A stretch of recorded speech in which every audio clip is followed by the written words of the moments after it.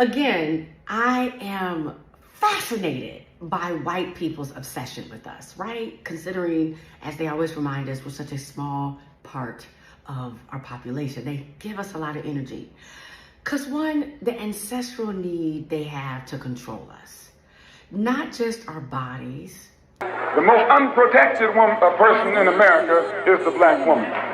The most neglected person in America is the black woman. It's no secret that racist America has a rabid obsession with the black American woman. What's the true secret, however, is that the fascination is an obsession that the inferior has for the superior. It's a bitter fixation like a peasant would have for a queen. They are obsessed because the magic that they see in her is a tangible they can never get their hands on. Racists see an architect of culture, a commander of language, and an unbreakable pillar of creation through resilience. While white history is the definition of theft, the black American woman is an encyclopedia of genius written against impossible odds. But hey, let's look at the evidence. Look at the women who built reality from imagination. Shirley Chisholm, the political prophet who was unbought and unbossed.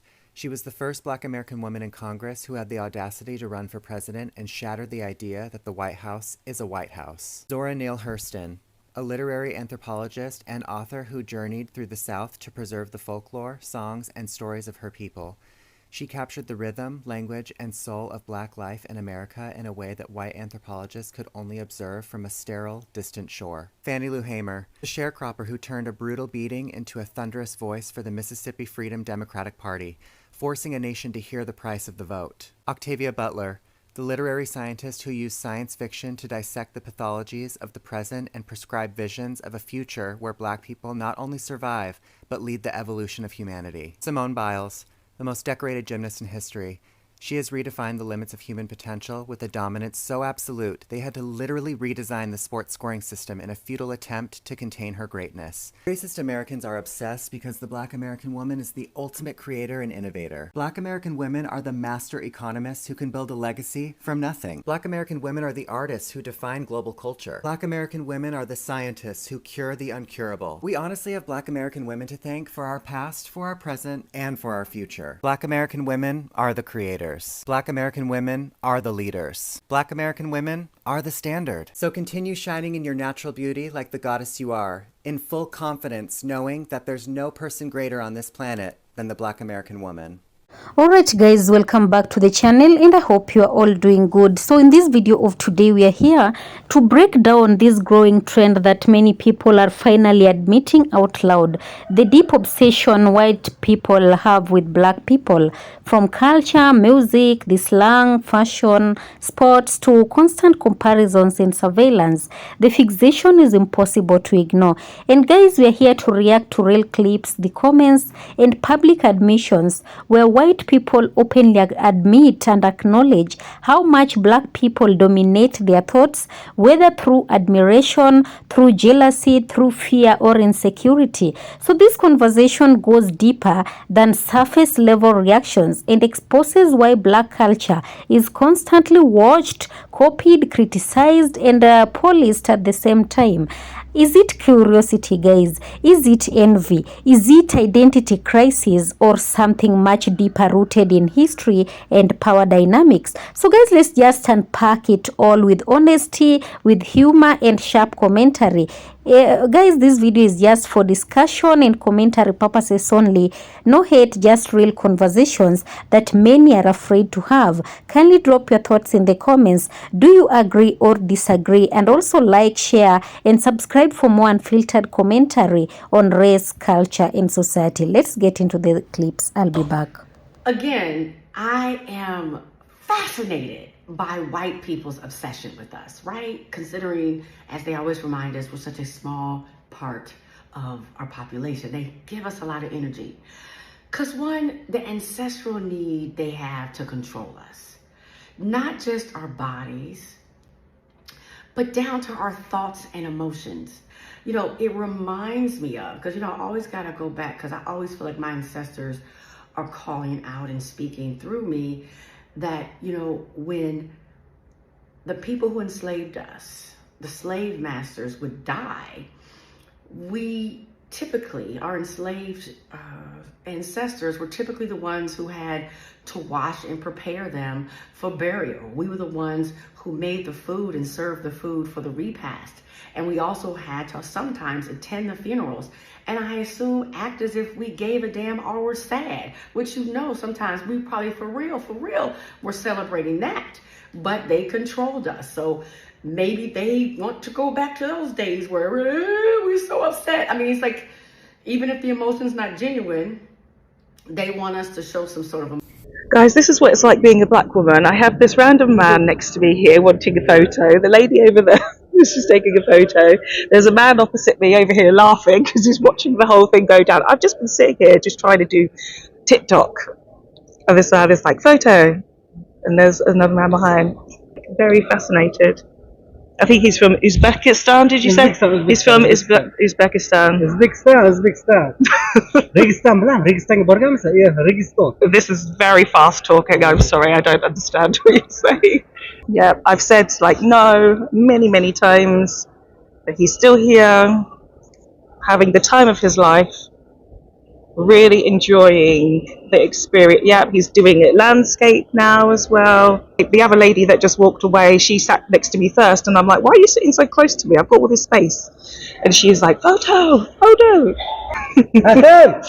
Don't get your friends. Oh God. emotion. Racism is about jealousy. If you think that's a reductive statement, please stick with me. When I say jealousy, I'm talking about insecurity, which is really what jealousy is, but I think it's easier to understand if I say insecurity rather than just jealousy. Because we know from appropriation that we are very jealous of other cultures. Why would we want to listen to the music, eat the food, wear the clothes, do the hairstyles, have everything, the language, but not give credit where credit is due and not uplift the people who created it? White people are so lost in feeling like they don't have a connection to culture, especially many of us who are very far removed from our European roots. And I think the need to fill that space and that insecurity of this lack of culture and lack of something to call our own is often filled with cultural appropriation and the idea that being white is superior. I was first introduced to this concept of racism being jealousy in college, and I can't trace it back to one particular scholar, but I would like to give credit where credit is due to that black scholar. If you can find anything tracing it to one particular person, please leave that in the comments. I think it's important to think about racism in this way if we want to unlearn it. Because, as some people say who are non-monogamous, or anyone who's just working on their relationships, jealousy is an indicator that something is not quite right with us. It's an indicator of our insecurity and how we might be feeling. It's not about what our partner is doing or what someone on Instagram is doing with their life that makes us feel inadequate. It's about something going on inside. And I think we really need to interrogate that. What is it about people of color showing excellence, people of color maybe being more in touch with culture, people of color being more in touch with the environment, people of color making better food, and everything else that we envy? What does that trigger in us? And why do we have the need to put those people down? It's about jealousy. And if we can figure out that we're feeling that way and trace that feeling back to maybe some of our unconscious biases, I think it's a lot easier to start thinking about how can we unlearn that? How can I feel secure in my identity as a white person who has roots in maybe Italian and like other cultures, but like doesn't really feel connected to anything? How can I feel secure in myself to not want to put others down, whether that be racism or any other form of discrimination, or just plain hating on another woman because she's amazing? You know, I think this makes it seem like racism is very simple, but it also just helps us frame it in a way that's accessible to us. We know that dismantling racism starts with individual work, And personal growth is all about thinking about the hard things about yourself and the things and parts of yourself that you don't like. And jealousy is one of those things. No one wants to be jealous. It's an awful, awful feeling. And we don't want to admit that we're jealous. And we shy away from that, but it's something we can interrogate, and I think that is going to help us go a long way. Anyway, just my thoughts. Happy Juneteenth. I hopefully will speak about this more coherently in the future. Yeah, Black Lives Matter. Something disturbing I've heard from Black women over and over again is how much white women at work feel this mandate that the Black women be their friends. That's insane. Like, one of y'all has commented on my videos that your boss makes you hang out with her outside of work because she complained that you weren't a team player. And I've heard about stuff like this in my research. Like, I shit you not, one research participant told me about her white coworker. She was an engineer, so she was a racial and gender minority in her workplace. One of her coworkers, like, really wanting to know where she lived. Like, they were all up in her business. And I shit you not, as I was writing that chapter, I was at a local writing group in DC, and I was chatting with a Black woman who was there, and I didn't really know her that well. We were just both in the writing group, and she didn't know what I was writing, and she was telling me about how, like, ongoing in her life right now, someone was following her home from work just to know where she lives. Like, knocking on her door and being like, "You live here?" And she was like, "Yes." And she was telling it, like, laughing, and I was, like, horrified. The obligation that some people feel to these women's bodies is revolting. I don't care if this offends people, it needs to be said. The pressure given to Black women to perform in the workplace is crazy. I've observed over the past year for the company that I work for in my day job, I can't have a single thing out of place. Not a single thing. I am not allowed to be human at all, in the slightest. Everything has to be 100% perfect, and then I'm deemed somewhat acceptable. But for all the other people, the amount of times I'm covering for people, or I witness other people who are not Black, who are just allowed to skate by and do whatever. I have to be 100% perfect. Otherwise, if I don't, eye rolls ensue. The rhetoric begins of, "Oh, well, she's being difficult," or whatever it is. People are clearly typing, like, behind my back. And just, like, it's fascinating because I don't think they'll ever see it. They will never see their prejudices, ever. And they'll continue to think that they're in the right for it. Full disclaimer, I am one of 2 Black people in the whole company. Another example is the person who's now the managing director of the company would sit on calls with me and talk about how much he couldn't wait until I broke. And he and, like, the engineering manager would sit on a call and, like, just literally just laugh at me. That's just examples from 2 other people. I know that this is such a common and shared experience amongst Black women in predominantly white spaces, but I'd love to just hear from people, like, how do you get through it? Because I'm not at my breaking point because I got 2 months left. I don't care, fuck those people. But it's just, like, fascinating. If you have any tips, please let me know. Shared experiences, all of that stuff, just let me know. So guys, let's be honest. You know, this is a conversation a lot of people dance around, but very few say it out loud. And today we are here talking about something that white people themselves are now admitting openly. Their deep obsession with Black people. Not admiration alone, not curiosity alone, but a constant fixation that shows up in culture, in media, in politics, and everyday life. And the wild part, many of these admissions aren't coming from critiques. They are coming straight from white people themselves. So guys, we are here to break all this down, and we can talk about the confessions and admissions. Even while I was perusing through the social media, a lot of people in the comments were admitting. And you know, over the past few years, we've seen white people openly confessing things like, I don't know why, but Black people live rent-free in our heads. Everything we do gets compared to black culture.